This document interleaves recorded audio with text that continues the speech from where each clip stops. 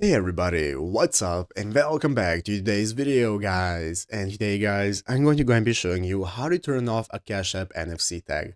This is a very simple thing to do, so make sure that you watch this quick and easy video to the very end and follow my steps correctly so you can make sure that this works the same for you and you can do this yourself.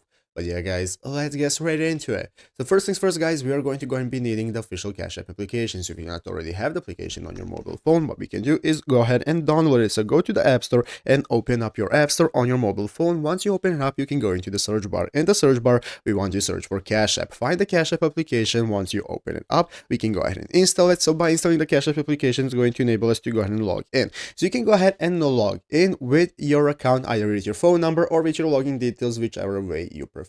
And once you log in, now we can get started. You'll be greeted by this main page right here, which is your cash balance, where you can find all the savings options you have and all the other settings. And now we can get started turning NFC on. So basically guys, if you want to turn the NFC tag from your card off so that you can no longer pay, what you can do is just go into your card settings. You can find the card icon right here at the bottom of the page in the sections tab. As you can see, next to the home page we have the card icon, from where we can go ahead and access our cash card. From here we can disable our cash card and its NFC tag so that we are no longer going to go and be able to pay with it if we do not want to, and so on. But guys, if you're getting an error that an NFC tag is detected in your Cash App account and you want to disable that, basically guys, you have an NFC tag somewhere in the near proximity of your phone, either in your wallet, from your card, or something similar. It's going to go and be near your Cash App account, and this is why you're going to go and be getting the error. So you have to move your phone away from any NFC tags, and once you do that, you're going to stop receiving the error. Basically guys, that's how to do it. So I hope this video was helpful.